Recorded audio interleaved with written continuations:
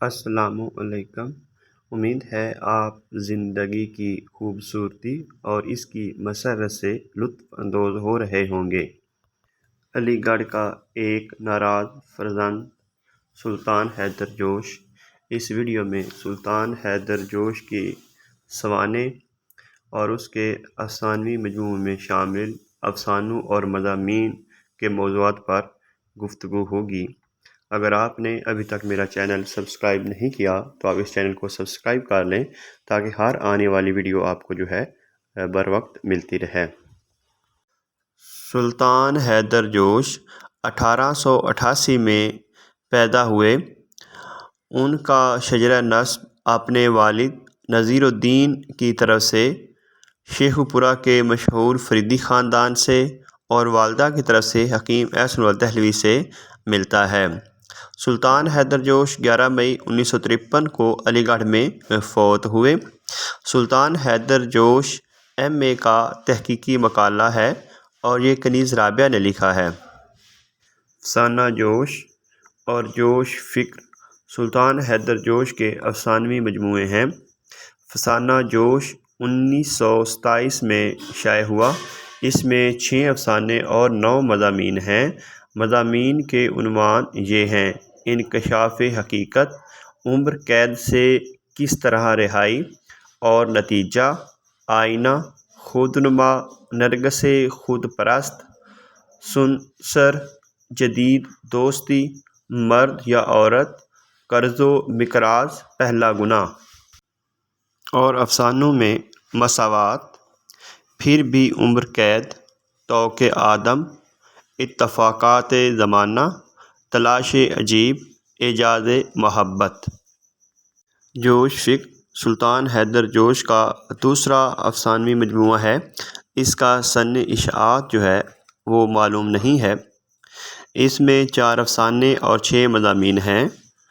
مضامین میں طلسم ازدواج، معمہ، جنون ترقی، لیڈر، عالم ارواح، خانہ جنگی وغیرہ شامل ہیں۔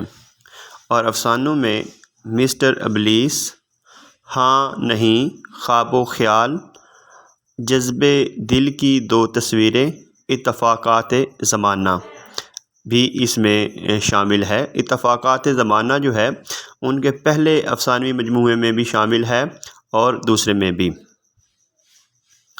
اور ایک اور افسانہ ہے جو کہ ان کا پہلا افسانہ ہے اور اس کا عنوان ہے نابینا بیوی۔ یہ ان کے افسانوی مجموعے میں شامل نہیں ہے، لیکن یہ افسانہ پہلی بار 1907 میں مخزن میں شائع ہوا ہے۔ ان تخلیقات کے علاوہ سلطان حیدر جوش کی کچھ تخلیقات کا ذکر مخزن کے فائل میں ملتا ہے۔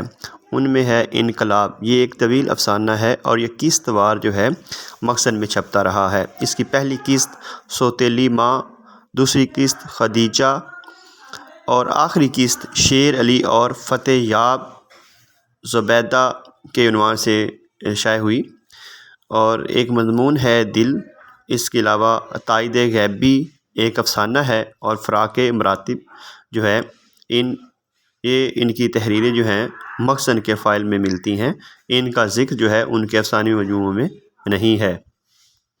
سلطان حیدر جوش کے ہاں مغربی طرز تمدن کے خلاف ایک شدید رد عمل ملتا ہے۔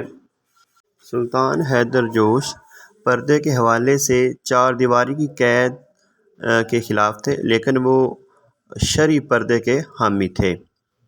سلطان حیدر جوش کے جن افسانوں میں بے پردگی، مساوات نسوانی اور مغربی طرز تمدن کے خلاف رد عمل ملتا ہے، ان میں مساوات، انکشافات حقیقت، اس کے علاوہ عمر قید، مسٹر ابلیس، طلسم ازدواج وغیرہ وہ شامل ہیں۔ سلطان حیدر جوش کے افسانے ازدواج محبت سے ایک دلچسپ بات ان کے متعلق سامنے آتی ہے اور وہ یہ ہے کہ وہ محبت کے تو قائل تھے لیکن ازدواج محبت کے قائل نہیں ہیں۔ ان کے نزدیک ازدواج کی بنیاد محبت کے علاوہ کسی اور چیز پر ہو سکتی ہے لیکن محبت پر نہیں۔ سلطان حیدر جوش کے ہاں سیاسی موضوعات بھی ملتے ہیں۔ اس حوالے سے ان کے افسانے خواب و خیال،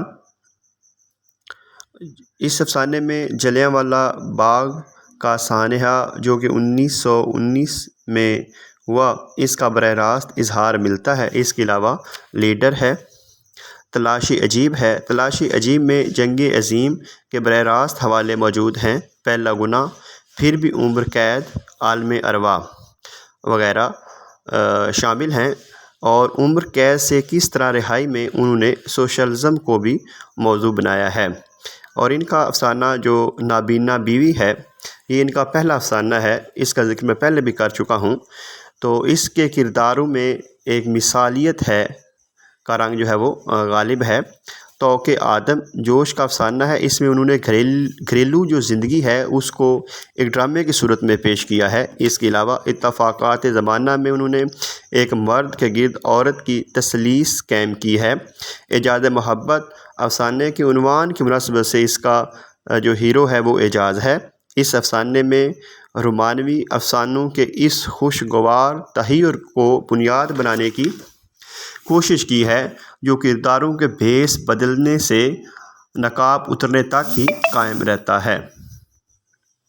یہ سلطان حیدر جوش کے افسانوں کے چیدہ موضوعات تھے۔